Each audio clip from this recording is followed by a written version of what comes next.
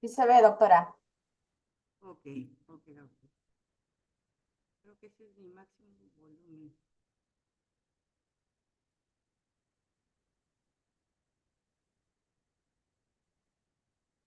Ahí.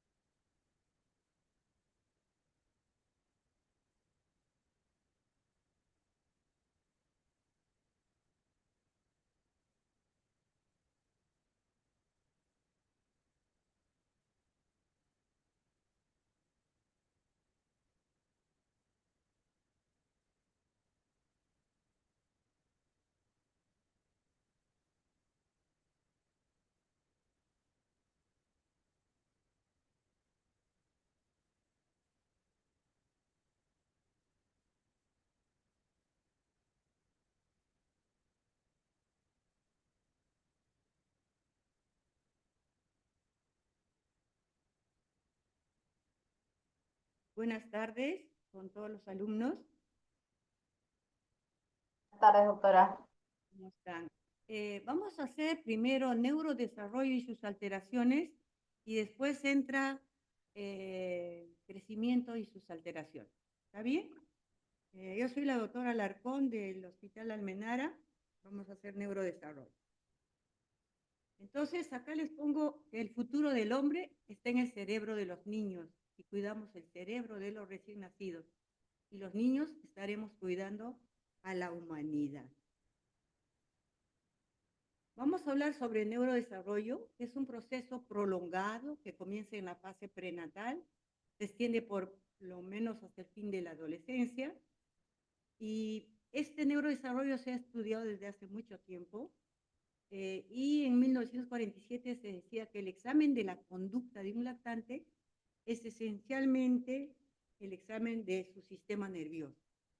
Entonces, durante la infancia, la tarea más importante del sistema nervioso es la adquisición y perfeccionamiento de diversas funciones, por lo tanto, una perturbación del desarrollo signo guía de una alteración de maduración cerebral. Este neurodesarrollo es una disciplina médica con fronteras no bien definidas, que posee un amplio campo de investigación que se va continuamente ampliando, diversificando y enriqueciendo. Entonces, hay muchas especialidades que están relacionadas a este neurodesarrollo, empezando por el obstetra, el neonatólogo, el pediatra, el neuropediatra, el epidemiólogo, el psiquiatra infanto juvenil, el psicólogo, fisiatra, profesor, y tenemos un pilar importante que es la familia, ¿no? Que nos va a ayudar.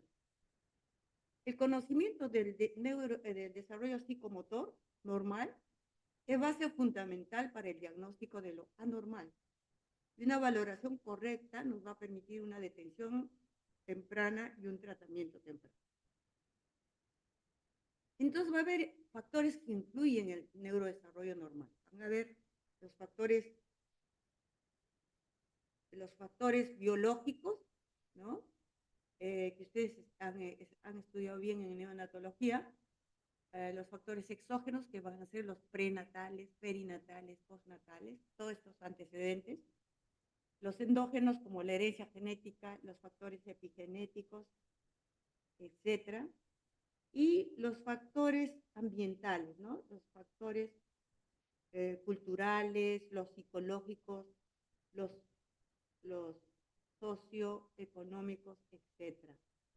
Todo esto va a hacer que determine un neurodesarrollo, ¿no? Ya. Okay. Entonces, ¿cuáles son los principios del neurodesarrollo? Es un proceso continuo. Depende básicamente de la maduración del sistema nervioso. Empieza en la cabeza y termina en los pies, encéfalo caudal. La secuencia es la misma en todos los niños, pero la velocidad de desarrollo varía de un niño a otro. Las respuestas van de generales, masivas, y dan paso a individuales. Por ejemplo, primero el niño mueve el hombro, después el codo, después la manito, ¿no? Y después la pinza fina, por ejemplo, ¿no? Para entender este neurodesarrollo, tenemos que hablar un poquito sobre la embriología y vamos a separar en dos partes el desarrollo prenatal. Los primeros 5 meses y los siguientes meses, hasta los 9 meses, ¿no? Entonces, en los primeros 5 meses va a haber la gastrulación, la inducción, la segmentación, la neurulación, la morfogénesis, la formación de células nerviosas y la migración neuronal. Entonces, ¿qué es la gastrulación? Dice que no es el nacimiento, ni el matrimonio o la muerte, pero la gastrulación es verdaderamente el tiempo más importante de la vida. ¿Por qué? Porque es el nacimiento del sistema nervioso. La inducción denota influencia de un tejido embrionario sobre otro. Por ejemplo, entre capas germinales, ¿no? La notocorda, que viene de mesodermo, induce la formación de la lámina basal del tubo neural, que es el ectodermo. La segmentación del tubo neural va a crear compartimientos intrínsecos que restringen el movimiento celular a través de barreras físicas y químicas, y estos compartimientos van a ser conocidos como neurómeros. Estas células neuronales los segmentan, ¿no? Estas van a servir para producir, por ejemplo, cerebelo. La neurulación va a ser plegamiento de la placa neural para formar el tubo neural. También requiere fuerzas mecánicas, extrínsecas y intrínsecas, y adicionado con el efecto genético van a producir la dorsalización y la ventralización. Recordándoles un poquito de embriología. Pues acá está la placa ectodérmica, ¿no? Va a formar una hendidura, ¿no? Esto va a ser la cresta neural, acá se forma la cresta neural, acá el tubo neural, ¿no? Y miren la fecha en la que se forma. O sea, cuando la mujer todavía está pensando, creo que estoy embarazada, cuando está en el creo que estoy embarazada, ya se está formando el tubo neural, ¿no? Y vamos a ver que en esta etapa puede ya existir patologías, ¿no? Acá tenemos el neuroporo rostral y el neuroporo caudal. Entonces, si no se cierra el neuroporo rostral en el debido momento, que debe cerrarse, puede producirse encefalocele, ¿no? Y si no se cierra el neuroporo caudal, ¿qué patología ya podemos encontrar? La espina bífida, ¿no? Por eso es que para tener un embarazo saludable hay que prepararse, ¿no? Antes de embarazarse, para que todo vaya bien, ¿no? Entonces, esto les comento en los días. A los 28 días ya tenemos el tubo neural, ¿no? Se va imaginando, 37 días, mire, siga, a los 44 días tenemos ya los ventrículos laterales, tercer ventrículo, cuarto ventrículo, tenemos la corteza, tenemos el diencéfalo, el tronco, el tubo neural y la médula, ¿no? Y a los 55 días tenemos todo completo, ya está todo completo. Entonces, acá les dejo una imagen para que ustedes con tiempo vean la imagen. Vean, miren cómo el prosencéfalo, este es el tubo neural, ¿no es cierto? La parte más anterior es el prosencéfalo, va a dar lugar al telencéfalo y al diencéfalo, ¿no? El telencéfalo va a dar lugar a los hemisferios cerebrales y el diencéfalo, tálamo, hipotálamo, epitálamo. Y así, el mesencéfalo va a dar lugar al tronco, ¿no? Y el romboencéfalo, que va a dar lugar mesencéfalo y mielencéfalo. Mielencéfalo va a la médula y metencéfalo al cerebelo y el bulbo, ¿no? Entonces, si ustedes ven bien la imagen, van a ver de dónde procede cada parte del cerebro, ¿no? Y en el tiempo, el tubo neural va imaginándose, ¿no? Hemos hablado hasta los 50 días, a los 100 días ya está casi formado, ¿no? A los 5 meses, miren, ya esto es los primeros 5 meses, ¿no es cierto? Que estamos hablando ahorita. Después de los 5 meses ya aumenta en volumen el encéfalo, aparecen las primeras surcos, las circunvoluciones, y acá tenemos ya el cerebro completo, ¿no? Vamos a hablar un poquito de las células neuronales. Vamos a tener las células neuroepiteliales que va a dar lugar a las células del epéndimo, ¿no? Va a dar lugar al neuroblasto bipolar, que al final va a ser una neurona. Va a dar lugar al glioblasto, que va a dar lugar al astrocito. Y las células mesenquimatosas van a dar lugar a la oligodendroglia y la microglia. Y acá están en función, ¿no? Acá hay una neurona con la sinapsis, ¿no?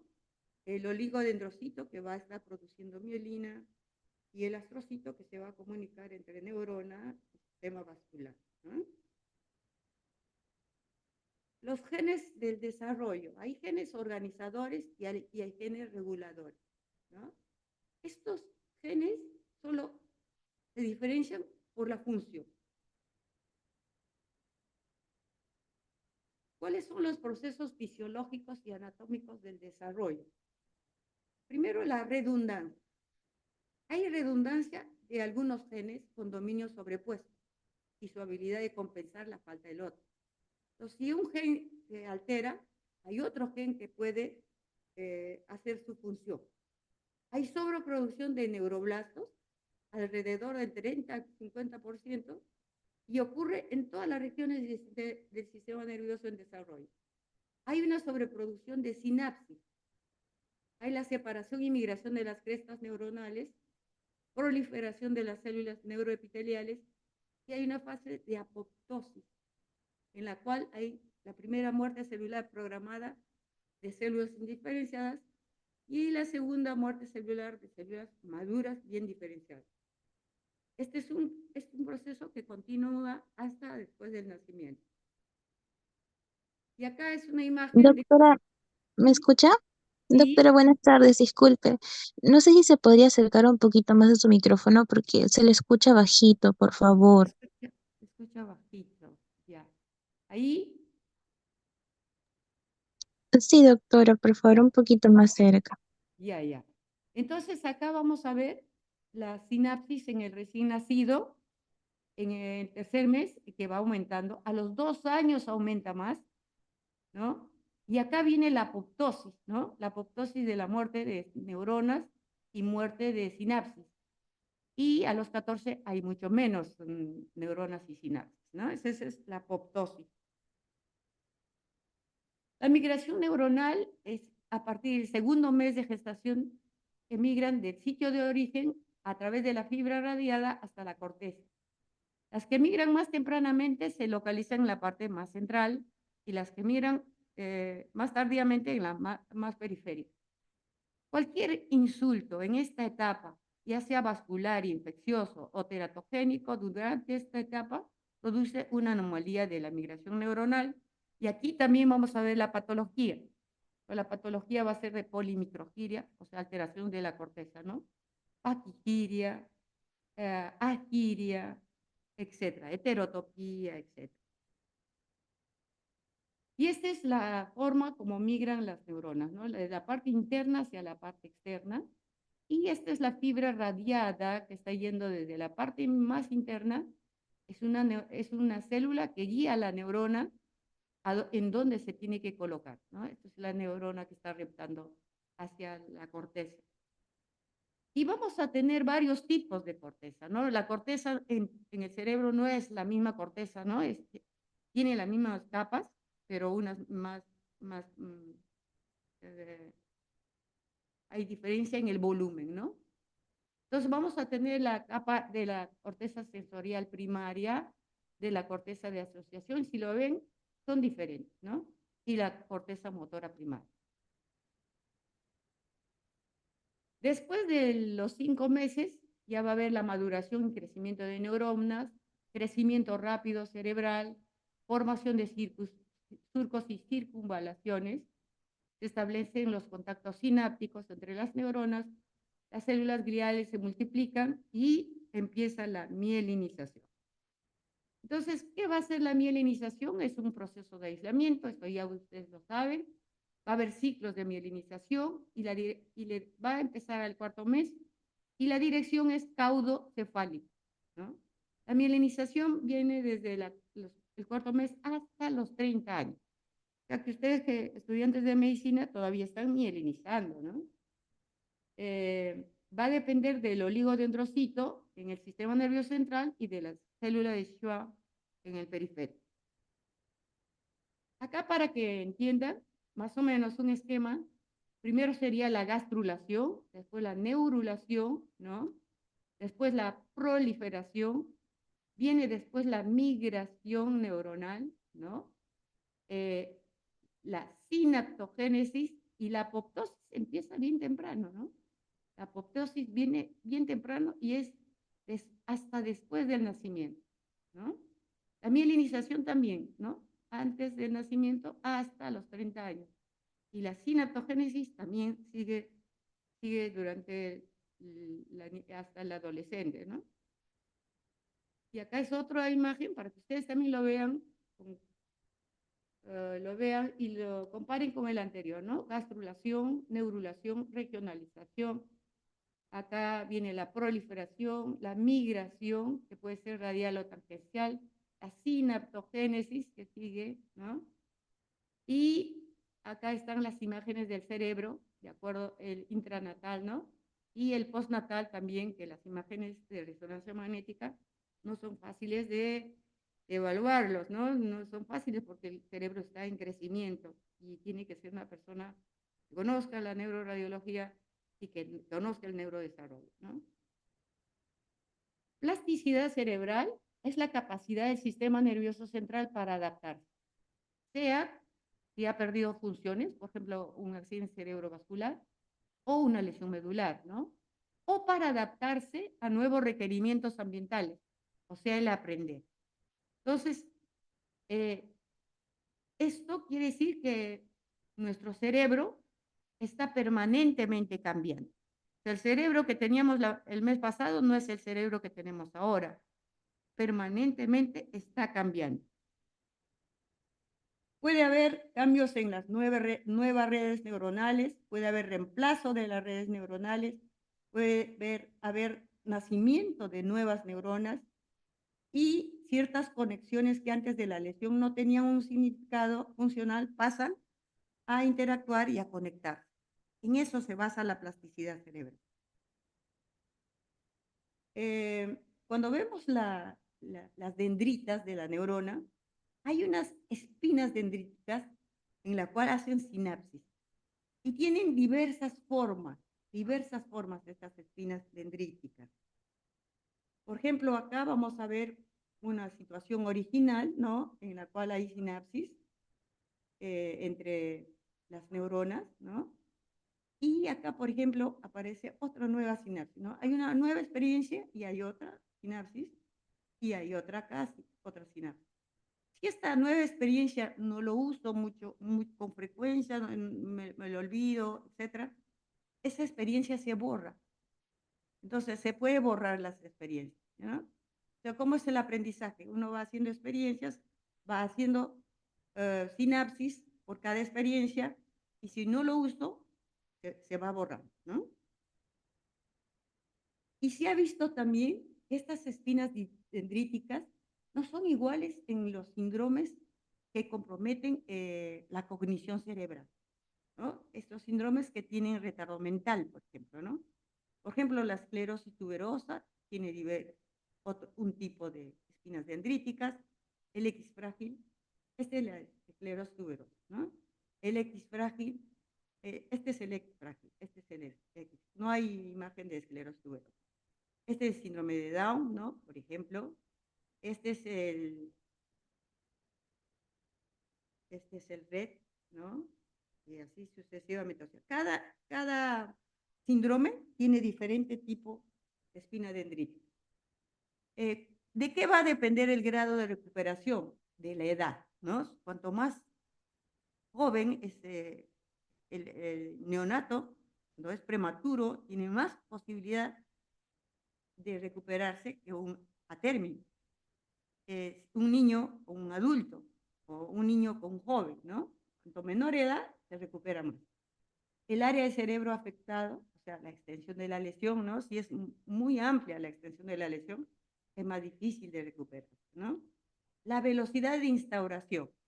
Si es muy brusco la velocidad de instauración, entonces la recuperación es más difícil que si le da tiempo al cerebro para que se vaya recuperando, ¿no?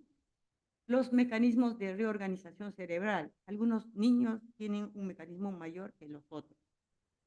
Y los extrínsecos tenemos los ambientales, los psicosociales, la orientación de la rehabilitación, ¿no?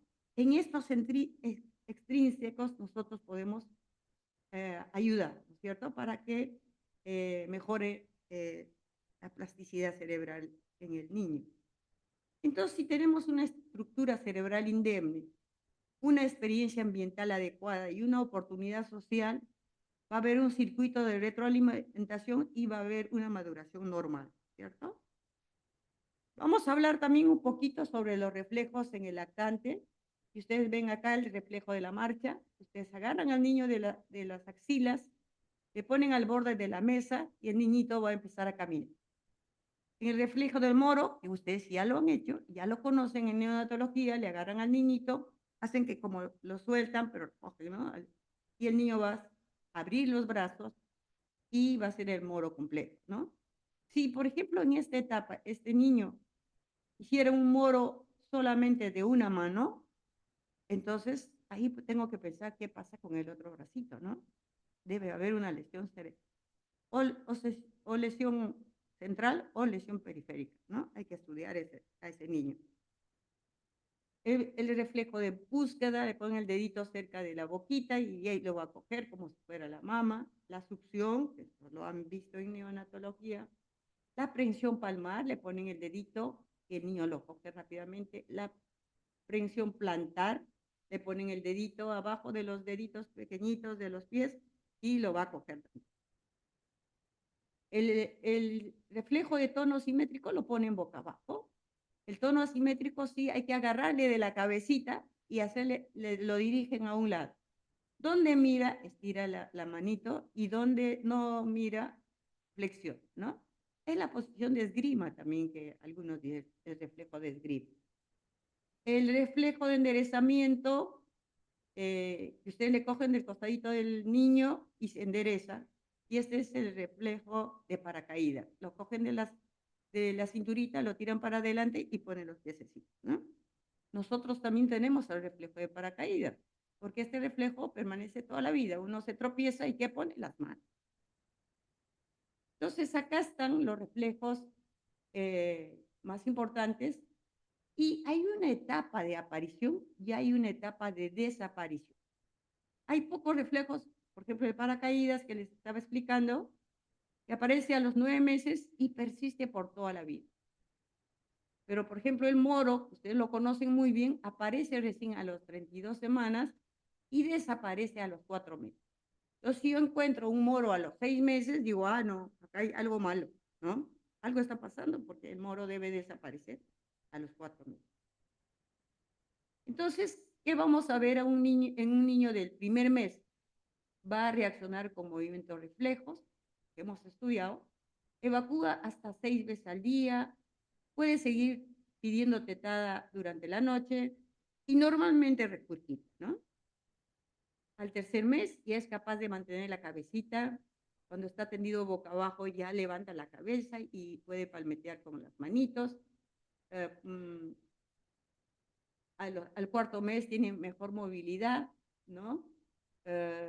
Pasa de la posición boca abajo a la de espaldas, utiliza las dos manitos, miren, está jugando con las dos manitos, y su número de tetadas va a disminuir, ¿no? Al quinto mes ya se levanta, ¿no? Ya se levanta, pone su manito, levanta el hombro y el pecho, se chupa los deditos, toca todo lo que encuentra y lo mete a la boquita, transfiere un objeto. El sexto mes ya comienza a arrastrarse de barriguita, gira la cabeza con toda facilidad, ya se sienta con apoyo y por la noche duerme ya casi toda la noche, ¿no? Ya el papá puede respirar en este momento y dormir en la noche. Octavo mes, ya voltea de posición supino a prono, camina a gatas, o sea, ya empieza a arrastrarse y tratar de trasladarse, y se sienta perfectamente. Entonces lo ponen bien sentadito, se sienta perfectamente. En el 10º mes ya se pone de pie con apoyo, coordina las manos, utiliza la pinza, ¿miren? Ayuda cuando le vestimos. Y en el añito ya está caminando agarradito de la mano y come solo. Y solo duerme toda la noche y hace una siesta por la tarde. Entonces, así es el desarrollo del primer año, pero hemos visto casi el desarrollo motor, ¿no es cierto? Pero tenemos que, el desarrollo es único, ¿no es cierto? Pero para poder evaluar, lo separamos en diferentes áreas para que no se nos pase también la evaluación del desarrollo, ¿no? Tenemos el desarrollo motor, tenemos el desarrollo sensorial, tenemos el desarrollo del lenguaje y el desarrollo de socialización. Y el desarrollo emocional, que casi siempre nos olvidamos, ¿no? Y el desarrollo emocional. Entonces, vamos a hablar un poquito ahora de desarrollo sensorial. El tacto ya aparece a las 20 semanas, el olfato a las 28 semanas, el gusto a las 32, el oído, mira, desde las 22, 24 semanas, o sea que mamá puede conversar con el bebé desde las 22 o 24 semanas, le escucha al niño, ¿no? Y la vista previo al nacimiento y después del nacimiento también. Existe un periodo crítico, o sea, una ventana temporal que permite el desarrollo de una habilidad. Pero hay un periodo sensible y ahí es donde actúa la neuroplasticidad, ¿no? Entonces, el periodo sensible es mucho más amplio que el periodo crítico. Acá vamos a ver cómo es la ventana de oportunidades, ¿no? Primero, los sentidos, ¿han visto? ¿No? Todos los vista, oído, los sentidos. Después viene el lenguaje. Ahí viene, ven la edad, ¿no es cierto? Acá nace el niño. Después viene el lenguaje, los dos tipos de comprensión y la expresión, ¿no? Y finalmente vienen las funciones cognitivas superiores, ¿no? Entonces, el desarrollo sensorial normal. Al nacer ya tiene olfato desarrollado, ¿no es cierto? Identifica el olor de la madre. Prefiere la leche de su madre. Reconoce dulce, ácido y amargo. A los 2 meses distingue texturas y tiene preferencia por algunas posiciones del cuerpo. La recepción visual, al nacer fija la mirada en un objeto, generalmente blanco y negro. Frunce los párpados ante la luz intensa. A los 2 meses presta atención a los rostros, sigue objetos en movimiento. A los 4 busca los rostros, sonríe, imita. A los 6 meses mira sus manos y objetos que manipula. Y a los 6 meses ya tenemos visión de adulto. Y acá es un ejemplo de cómo le evalúa el médico de seguimiento y fijación y la imitación del niño, ¿no? Mire cómo la doctora le habla, le conversa y el bebé le responde, ¿no? Le sonríe y le sonríe. Entonces, el seguimiento y fijación hay que hacerlo en todo niño en los primeros 3 meses de vida, ¿no? La recepción auditiva al nacer sobresalta con el sonido, prefiere la voz humana. A los 2 meses localiza la fuente sonora, busca con los ojitos, empieza a interesarse por voces o sonidos familiares. A los 3 meses vuelve la cabeza al sonido. A los 4 identifica la fuente y la dirección exacta del sonido. Y a los 6 meses voltea la cabeza al escuchar su nombre. Eso es muy importante, ¿no? Porque podría ser un signo muy precoz de TEA, si no me escucha. Si no me escucha, 2 posibilidades. O es sordo o tiene un problema del neurodesarrollo. El desarrollo social, los primeros 3 meses ya aparece la sonrisa social, se vuelve expresivo con cara y cuerpo, levanta la cabeza, si está echado cuando algo le llama la atención, lleva las manos a la boca, juguetes a la boca, busca rostros, balbucea, gorgojea, voltea la cabeza buscando la procedencia de las voces, ¿no? Expresión verbal, el recién nacido llora, a los 3 meses guturea o dice agú, agú, ¿no? A los 6 meses silabea, dice ba, ba, ba, ba, ta, ta, ta, ta, etcétera. Balbucea también. A los 12 meses ya dice palabra. Palabra quiere decir la palabra dirigida a una persona o a un objeto, ¿no? Puede decir teta a la teta, mamá a mamá, papá a papá, ¿no? A los 24 meses frasea, a los 30 meses forma oración. El desarrollo afectivo es un proceso que da comienzo desde el momento que el niño establece su primera relación, y la primera relación es con la madre, ¿no? Intraútero todavía, ¿no? Este vínculo afectivo que tiene es con una o 2 personas, se empieza a formar durante el embarazo, ¿no? Y se forma el apego y el vínculo afectivo se establece entre el niño y el adulto, ¿no?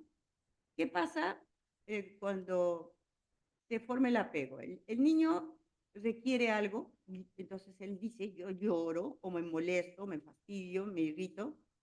Entonces la madre conoce lo que a su niño y sabe qué está pidiendo, le da, por ejemplo, la teta si necesita teta. El niño tiene confianza y sabe que hay un adulto que lo va a atender, ¿no?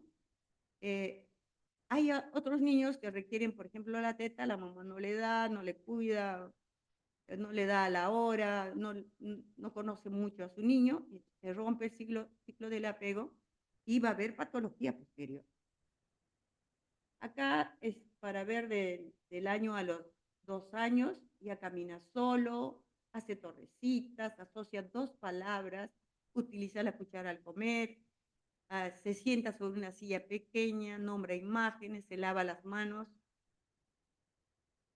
De 2 a 3 años, salta sobre su sitio, traza líneas, primero el niño traza líneas verticales y después se hace redondito. Coloca la muñeca en la cuna, dice su nombre, se desviste solo, camina sobre una línea, ¿no? Cuando dibuja ya una cruz, se pone los zapatos, se ata los zapatos, se abotona, camina hacia atrás. Miren, a los 5 años recién camina hacia atrás y en esa edad para pidiendo, ¿qué dice? ¿Qué quiere decir tal palabra? ¿No? ¿Qué quiere decir esto? ¿Qué estás diciendo? ¿No? Se viste y desviste solito. Entonces, el examen del desarrollo requiere una cierta aptitud naturalmente abierta, ojos observadores, oído atento y una experiencia para evaluar a los niños pequeños y los niños difíciles, ¿no? No hay niños, hay niños difíciles y fáciles para evaluar. La evaluación van a hacerlo de cúbito supino, ahí le miden el perímetro cefálico, de cúbito prono, lo ponen boca abajo para ver qué hace con la cabecita, y ahí está las maniobras, ¿no? La maniobra de tracción, en la cual la cabecita sigue al cuerpo, la maniobra de suspensión ventral y la maniobra de suspensión de las axilitas para hacer ver el tono muscular. Entonces, esta valoración del neurodesarrollo, primero, que es del pediatra, ¿no? El pediatra tiene que saber, conocer y hacer la valoración del neurodesarrollo. Esto debe ser continuo y longitudinal. Se debe tener en cuenta que hay que primero pedir información a los padres. Bueno, los padres informan, después nosotros observamos al niño y confirmamos o si los padres tienen razón, ¿no es cierto? Y podemos aplicar sistemáticamente algún instrumento de cribado. Entonces hay muchos, ¿no? Pruebas de cribado y para cada edad, ¿no? Hay de 1 a 60 meses, de 0 a 6 años, de 1 a 72 meses, etcétera, etcétera, etcétera, etcétera. Ustedes van a encontrar varios screening. Entonces, yo, por ejemplo, adopto este cribado que viene se llama test de Somaire, pero viene de Gesser. Es un compacto de Gesser. Entonces, la edad está por acá. Acá están las áreas, ¿no? Y lo bueno de esto es que va hasta los 5 años. Y en consultorio lo podemos hacer en 3 minutos. Es rapidísimo. Entonces llega hasta los 5 años. Y lo que yo puedo hacer es que veo la edad, y voy trazando una línea y más o menos me doy cuenta de que si está bien o no, ¿no? Por ejemplo, este niñito tiene 3 años, debería estar pedaleando triciclo, imitando una casa, decir frases, come solo correctamente, se pone los zapatos, lo que hemos hablado, ¿no es cierto? A los 3 años. Pero este niñito recién está caminando solo, recién está construyendo cubos, ¿no? Dice algunas palabritas, indica lo que desea con los gestos o sonidos, ¿no? Entonces acá hay un retardo global del desarrollo. Signos de alarma en cualquier edad. Que el tono, la motilidad y la postura sea normal. Que haya presencia de reflejos anormales, o sea que ya debería desaparecer y sigue habiendo, ¿no? Que haya un retraso en la adquisición de los ítems madurativos, lo que hemos visto, o que haya movimientos involuntarios. En cualquier edad, los movimientos involuntarios son anormales. Entonces, también hacemos en consultorio el seguimiento del neurodesarrollo del recién nacido de alto riesgo. Esto es para optimizar el seguimiento y que sea integrado multidisciplinario en los niños recién nacidos de alto riesgo, para detectar precozmente las alteraciones, ¿no? Entonces, ¿a quiénes los seguimos? Los seguimos a los menores de 34 años, menores de 1.500 gramos, con quien asfixia o encefalopatía isquémica, cuando ha requerido ventilación mecánica, en UCI, cuando hay hemorragia intraventricular, hidrocefalia posthemorrágica, en sepsis neonatal con meningoencefalitis, en crisis convulsiva neonatales, la ictericia mayor de 25, antecedente de recambio e hipoglicemia persistente. Entonces hay un equipo de médicos que nos ocupamos de eso y el paciente también sabe, tiene interconsultas a todas estas especialidades para que lo evaluemos, ¿no? Bueno, es para descansar un poquito nuestros ojos. Después pasamos a alteraciones del neurodesarrollo. Entonces, el desarrollo no puede detenerse ni retroceder. Y esto sucede, es un signo de deficiencia o discapacidad. Entonces, el desarrollo, cuando valoramos el desarrollo psicomotor, tenemos que compararnos con las márgenes de normalidad. No es posible trazar una línea divisora estricta entre lo normal y anormal. Cuanto mayor se aleja de la línea media, mayor probabilidad de que sea anormal. Acá les he puesto las funciones de las que ya hemos hablado.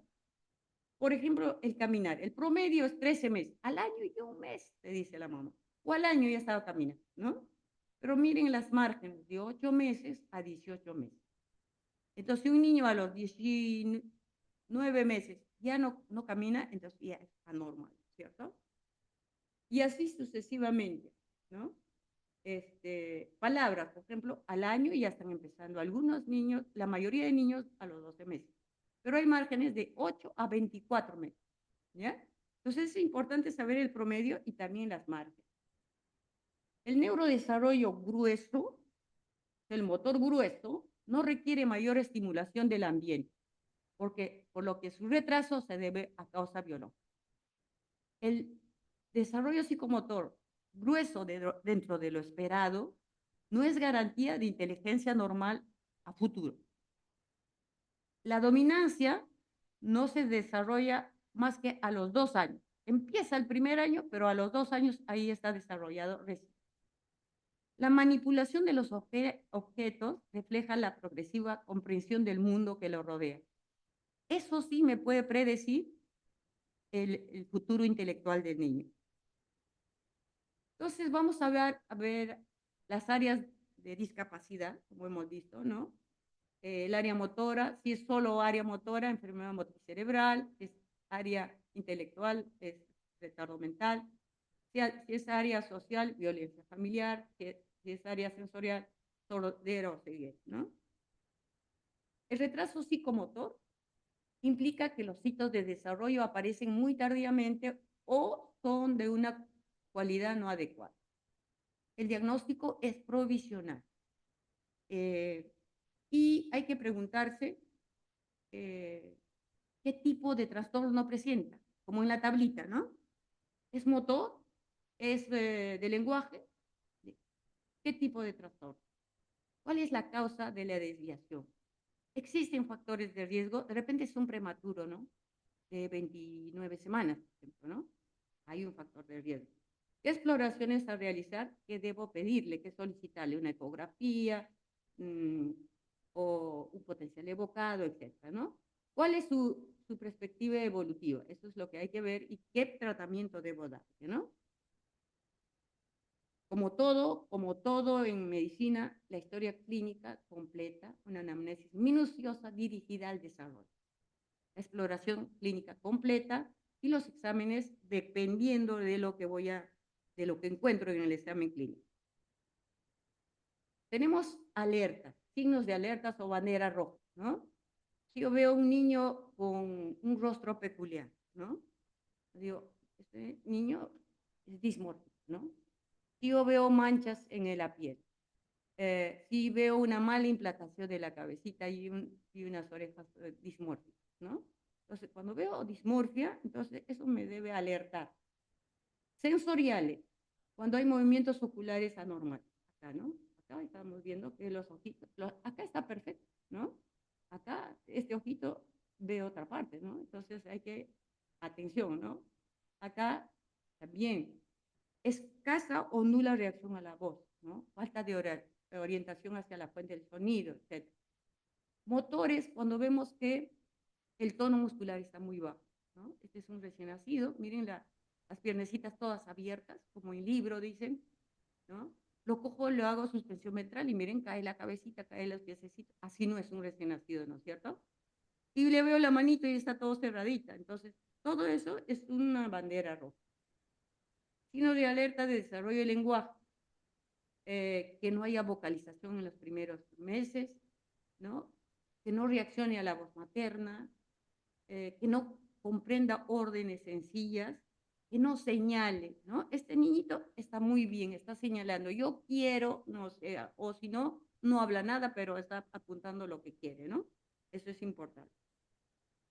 Alerta de cognitivos, de signos cognitivos, ¿no? La dismorfia, ¿no? Acá las orejas grandes, ¿lo ven? Orejas grandes, la face down. El niñito que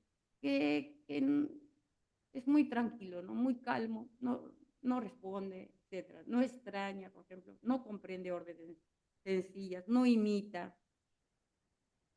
Signos de alerta con la conducta, ¿no? Que sea muy apático, muy pasivo o muy irritable, que rechace el contacto físico, que no tenga interés con el entorno, que no juegue, más bien que juegue con una pitita, con algo que no es juguete, por ejemplo, ¿no? Que se aísle, etc. Y acá tenemos el TEA, ¿no? Este es un niño con TEA que enfila los juguetes, miren, los patitos los ha puesto en orden exacto y los para mirando. Este niñito que está jugando con una cinta métrica, me parece, o con el hilo del carro, y no, acá tiene el carro y no está jugando con el carro, ¿no? Esté muy ansiosa, ¿no? Está muy ansiosa. Entonces, todo eso es una bandera roja, ¿no? Entonces, ¿qué niños llegan a nuestro consultorio? Del programa del niño sano, pueden encontrar a las enfermeras que algún niño no está siguiendo sus ítems más durativos y nos los mandan, ¿no? Del seguimiento de alto riesgo, ya los niños más aisladitos, ¿no? De alto riesgo, nos mandan a todos. Por la preocupación de los padres. Hay padres que dicen, qué raro, doctora, mi hijita habló al año 2 meses y mi hijo tiene 3 años y no habla, por ejemplo, ¿no? Y entonces entran, le hacemos la historia clínica a los que tienen desarrollo normal, ya se van a seguimiento de desarrollo, el programa de salud del niño sano, y a los que tenemos que son anormales o dudosos, lo acogemos en el programa, ¿no? Entonces vamos a tener, Creo que Hernández, ¿cómo está? Buenas. sí, buenos Sí, días, buenas, no, no, dime, yo no. soy la doctora Bueno, no me Alarcón. envió la clase que metió. Y dígame, ¿qué otra pregunta? Yo se lo mando.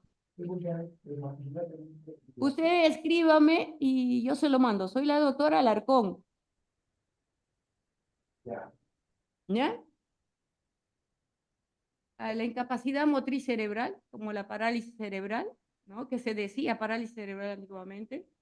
Entonces va a ser un trastorno del movimiento y la postura, que son secuelas de las lesiones cerebrales no progresivas, producidos en el cerebro en desarrollo, que se presentan en el periodo prenatal, perinatal y en los primeros meses de vida.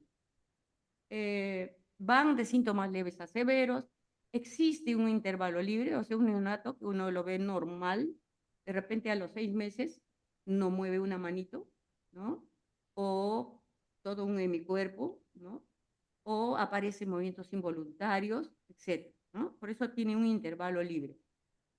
Las causas son variadas, como han visto en neonatología, las infecciones, el parto prematuro, la asfixia, las malformaciones cerebrales, y también hay parálisis cerebral después del nacimiento, pero muy cerca al nacimiento, ¿no?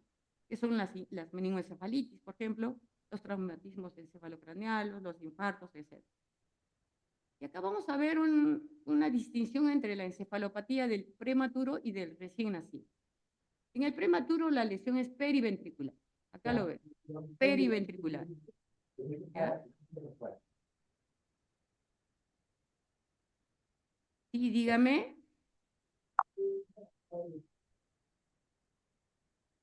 No le escucho. Bueno, en el recién nacido, prematuro es periventricular y en el recién nacido a término es cortical. Por eso que es diferente su patología, a pesar de que es la misma encefalopatía hipóxica isquémica. Exacto, ahí está la cosa para ir al equipo, porque es una protección de Estado. Bueno, también hay la forma de enfermedad motriz cerebral espástica, de acuerdo a la edad, ¿no? Diplexia espástica, hemiplegia, cuadriplegia. Voy a pasarlo nomás. Acá van a ver un caso clínico, que es un prematuro, donde hay lesión cerebral, periventricular. Y vamos a verlo de esta manera, ¿no? Es una diplexia espástica. Esta es una tetraparesia espástica, las 4 extremidades, ¿no? Porque la lesión ha sido cortical en un niño a término, ¿ya? Y la cabecita tampoco no va a crecer, entonces va a haber una microcefalia postnatal. La tetoideo-disquinética, en la cual tiene problemas para deglutir, la táxica, que tiene problemas en la...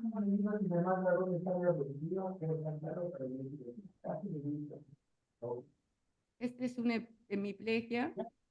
Hay trastornos del lenguaje también, ¿no? Que tienen factores como...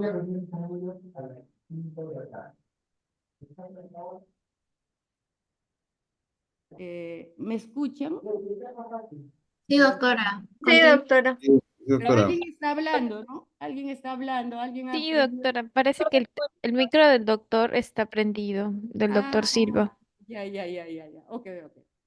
Factores que afectan el desarrollo del lenguaje va a ser el retardo mental, la hipoacusia, la enfermedad motriz cerebral, factores familiares, ambientales, etc. Estoy corriendo porque estas clases eran 2 clases y ahora nos han puesto en una, ¿ya? En conclusión, debe ser referido a un especialista cuando hay un retardo del lenguaje, debe de determinarse el cociente intelectual, debe hacer usted una evaluación auditiva con potenciales evocados y, de acuerdo a la patología, pedir los exámenes que requerimos, ¿no? La discapacidad intelectual se origina antes de los 18 años, es muy difícil de establecerlo, constituye del 2 al 3% de la población general, se encuentra en todas las razas, en todos los niveles educativos, sociales y económicos. Y acá les estoy poniendo cómo es el cociente intelectual en la humanidad, ¿no? El 95% tenemos entre 70 y 130. El 2,27% tienen entre 70 y 50 y decimos retardo mental leve. Y de 50 para abajo es retardo mental severo. ¿Por qué vienen los pacientes? En el primer año por signos dismórficos, porque dificultan en succión, problemas de tono, problemas a la estimulación visual o auditiva, retardo motor mayor. A los 36 meses, cuando hay retardo de lenguaje, y entre 5 y 6 años, dificultad escolar y adaptación social. Entonces, los factores también hay varios, ¿no? Natales, neonatales, socioculturales, etc. Y vamos a ver la discapacidad intelectual por causa genética, donde están las anomalías genéticas, las facomatosis, los síndromes polimalformativos. Y aquí les he puesto varios síndromes para que ustedes lo vean. El X-Frágil con las orejas grandes, el Prader-Willis, el niño gordito, ¿no? El síndrome de Angelman, el niño que se sonríe, el síndrome de Rett, la niñita que se soba las manos como si se estaría lavando, ¿no? Y el síndrome de Down. Entonces, en todos estos niños va a haber discapacidad intelectual. Ahora, esto por encefalopatía hipóxica isquémica, que ya hemos hablado en el prematuro y es 12% de la deficiencia mental leve y 17% de la deficiencia mental severa. Puede ser la encefalopatía hipóxica del prematuro y de a término y el antenatal. Y acá tenemos una leucomalacia periventricular, ¿no? Con ventrículos amplios, entonces ese es del prematuro.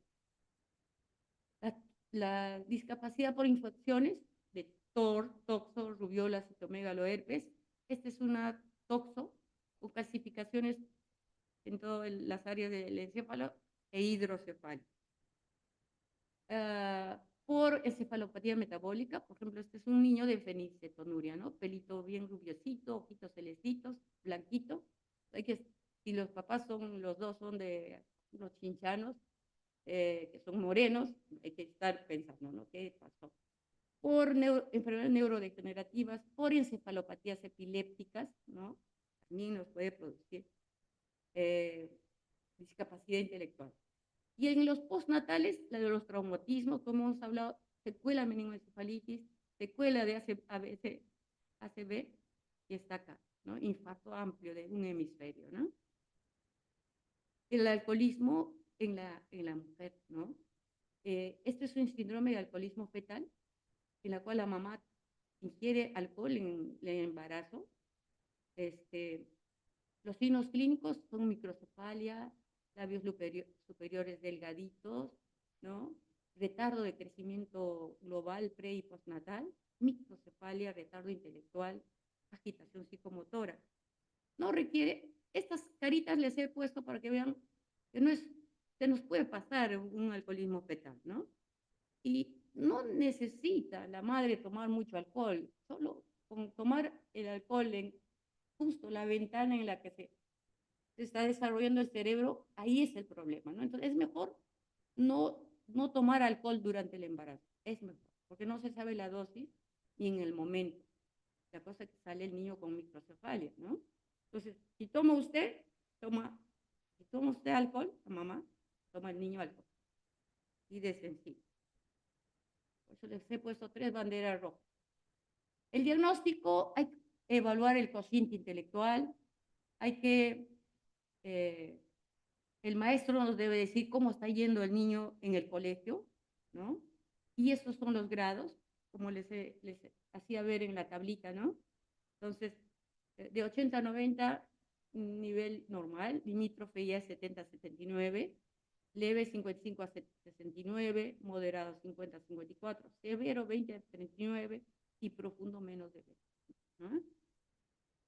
Pero hay otros tipos de inteligencia, no solamente es el cociente intelectual, también hay otro tipo de inteligencia que le puede ayudar al niño para que pueda tener un sustento de vida, ¿no? Por ejemplo, si hay niños autistas que son muy musicales, ¿no? Cantan muy bonito, tocan instrumentos excepcionalmente, entonces hay que buscar qué cosa puede hacer ese niño si tiene discapacidad intelectual, ¿no? Hay que hacerle los exámenes. Acá hay un caso clínico, que lo lean en su casa con detenimiento. Cuando hay regresión, o sea, el niño está desarrollándose bien y retrocede, esa es regresión psicomotora. Hay que pensar, es patológico total, hay que pensar en enfermedad inherente al metabolismo, en encefalopatía epiléptica, en enfermedades neurodegenerativas. Y este es un niño con un antecedente de que la madre tuvo tuberculosis pulmonar cuando estaba gestando, el Agar no fue tan bajo, 6 a 9, pero fue prematuro. Y solo quiero hacerle decir, este niño está tomando su leche y está mirando, ¿no? Está haciendo fijación y seguimiento. Este es el hermanito que estaba normal. Y es el mismo niño más tarde, más ya a los 8 meses, a los 10 meses, etcétera, en la cual, si ustedes ven, está con una sonda, no hay seguimiento ni fijación, tiene cuadriparesia espástica, ¿no? Se le estudió todo y se encuentra una tomografía normal, ¿no? Una atrofia frontal bilateral, y lo hacemos la resonancia y hay una hiperintensidad en el tálamo y en la sustancia blanca. Entonces, seguimos el estudio, le hicimos el dosaje de beta-galactosidasa, que estaba incrementada, y se hizo el diagnóstico final de gangliosidosis GM1. Entonces, esta es una niñita que nace bien y que regresiona su desarrollo. Cuando hay regresión es patológico y hay que hacer todos los exámenes para darle el diagnóstico. Yo creo, ya, la atención debe ser, para la discapacidad, debe ser multidisciplinaria, ¿no? Médico, pediatra, neurólogo, genetista, psiquiatra, etcétera. La familia, el terapista físico, el psicólogo, el profesor, el trabajador social, y está en nuestras manos, ¿no? En nuestras manos la tenemos a la familia completa, porque va a recurrir a nosotros para que le ayudemos, ¿no? Bueno, ya terminé la clase. Y ahora sigan con el doctor. Felizmente terminé no tan lejos de la hora. Yo le mando al delegado del curso la clase, que me mande nomás su número telefónico, ¿no? Su celular. Gracias, doctora. Listo, hasta Gracias, luego. doctora. Buenas tardes. Entren. Gracias, doctora. Ok, hasta luego.